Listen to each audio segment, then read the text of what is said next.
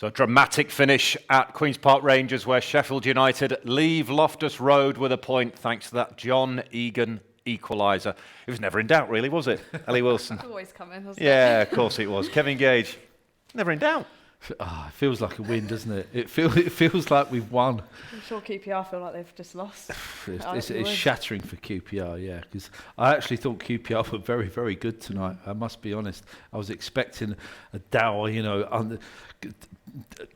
underperforming team, lacking in confidence, the crowd getting on their back. We got the complete opposite. They were very, very good.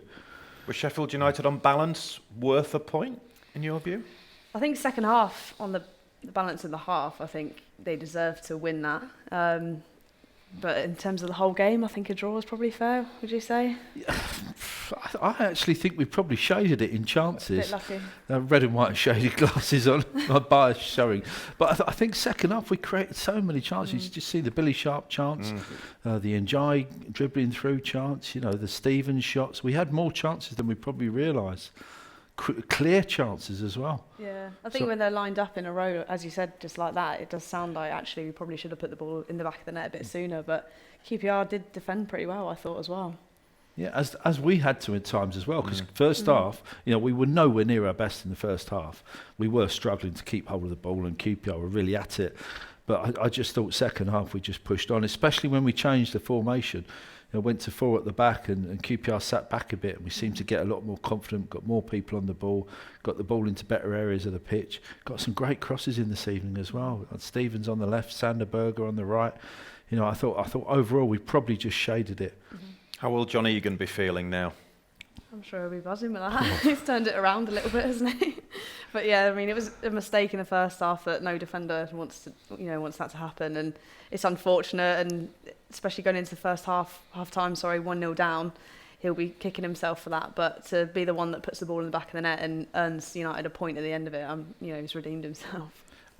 Honestly, on that coach going home tonight, or maybe they'll stay over and come back tomorrow morning or whatever they're doing, but they'll be absolutely on fire. They'll be buzzing, won't they, coming back from a result like that? Not specifically the performance, because as I say, we weren't at our best, but just to know that you've come away from a difficult place to go and come away with I think it's going to be a really important point, that as well. Yeah.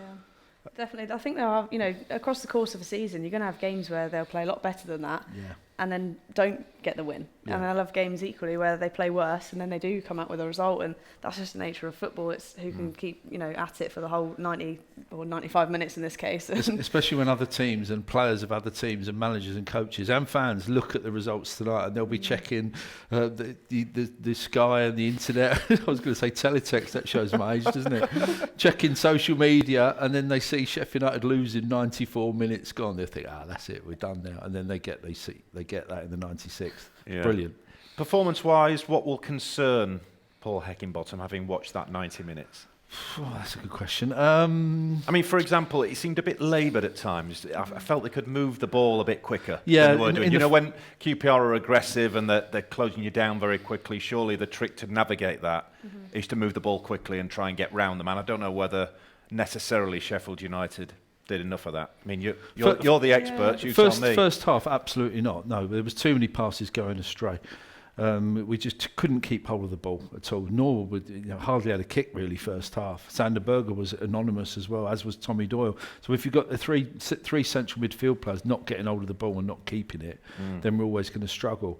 But again, the opposition did very, very well. Yeah. You have to give credit to QPR. They didn't just sit back and let us have the ball, as lots of teams do in this division, because they can't compete with us. They really, really pressed us very well and forced us into mistakes. Yeah, I'd agree with that. To be fair, I think the way they'd set up to press, against the back three, as soon as they did receive it, didn't have an awful lot of time on the ball. Hence the mistake, arguably, it's forced Egan into the middle of the park where it's congested.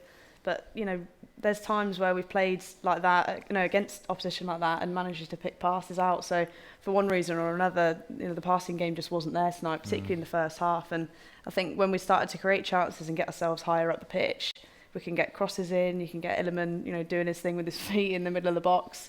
But first half we were just lacking that. Up until that last 20 minutes, 25 minutes, it felt like a lot of the play was with United's back to goal, which is not ideal. You want players like Njai, McAtee, who came on later on, playing on the half turn, don't you, really, and trying to get in down the sides. And that, to me, is where it looks quite difficult for United at times tonight, receiving the ball in that way, nowhere to turn, nowhere to go, as it were. Yeah, we were trying to force the ball into Billy and Jai's feet at times. There was a bit of a lack of movement, and the wing backs weren't getting as far forward as they usually do. As I say, it's very reliant on Sanderberg on one side and Doyle on the other side in the first half to get forward, and they just weren't doing enough of that. Just a bit of a disjointed display, but look, we've waxed lyrical about Sheffield United playing teams off the pitch, in the past few months. We're going to have off games, aren't we? And the beauty for me this evening is, as you mentioned earlier, we've had an off game, and yet we've still looked the better side, perhaps should have won it, and come away with a very, very good point. Yeah, that's a sign, of a good team, is you can still grind out those results. And like we say, we've seen how late on that they got that equaliser. Yeah. That just summarises, that exact attitude that you need when you're going into every single game with the winning mentality and needing to get points on the board. They're in a fabulous position, but the FA Cup comes around now. Is that a good thing or not?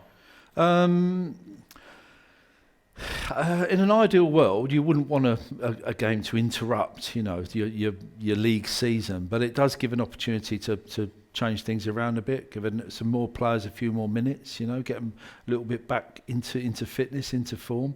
I don't know, maybe change the four. We seem to go really well with four at the back. Maybe do something like that against Millwall.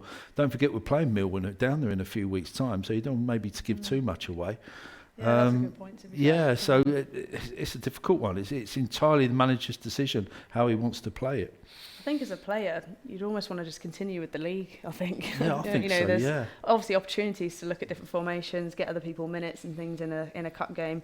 Obviously, I think it would be a bit of a different one, given that we're playing them in a couple of weeks as well. But as a player, I think you'd want to build on tonight, fix the negatives and keep going. I don't think Hecky will make wholesale changes for Millwall on Saturday. I don't think you'll play like the under-21s or something. Half of the not going to say the youth team, but half of the squad. Just change it all up. You don't want to go down there and get beat 4-0 or anything. It doesn't do anybody any favours. Yeah.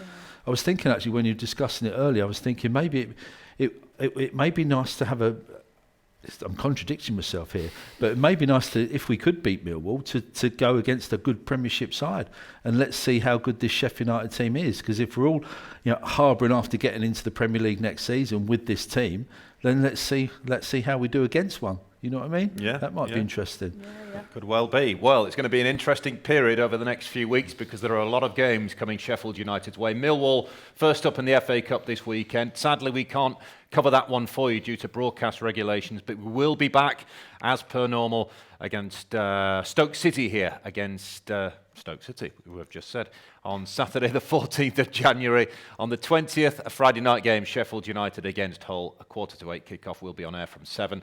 Then it's the Blades at Reading, and then a local derby at Rotherham. But that's as far as we go here. Hope you've enjoyed the coverage. Sheffield United no doubt will enjoy the trip back after salvaging a point late on at Queen's Park Rangers. Until next time, it's goodbye for now.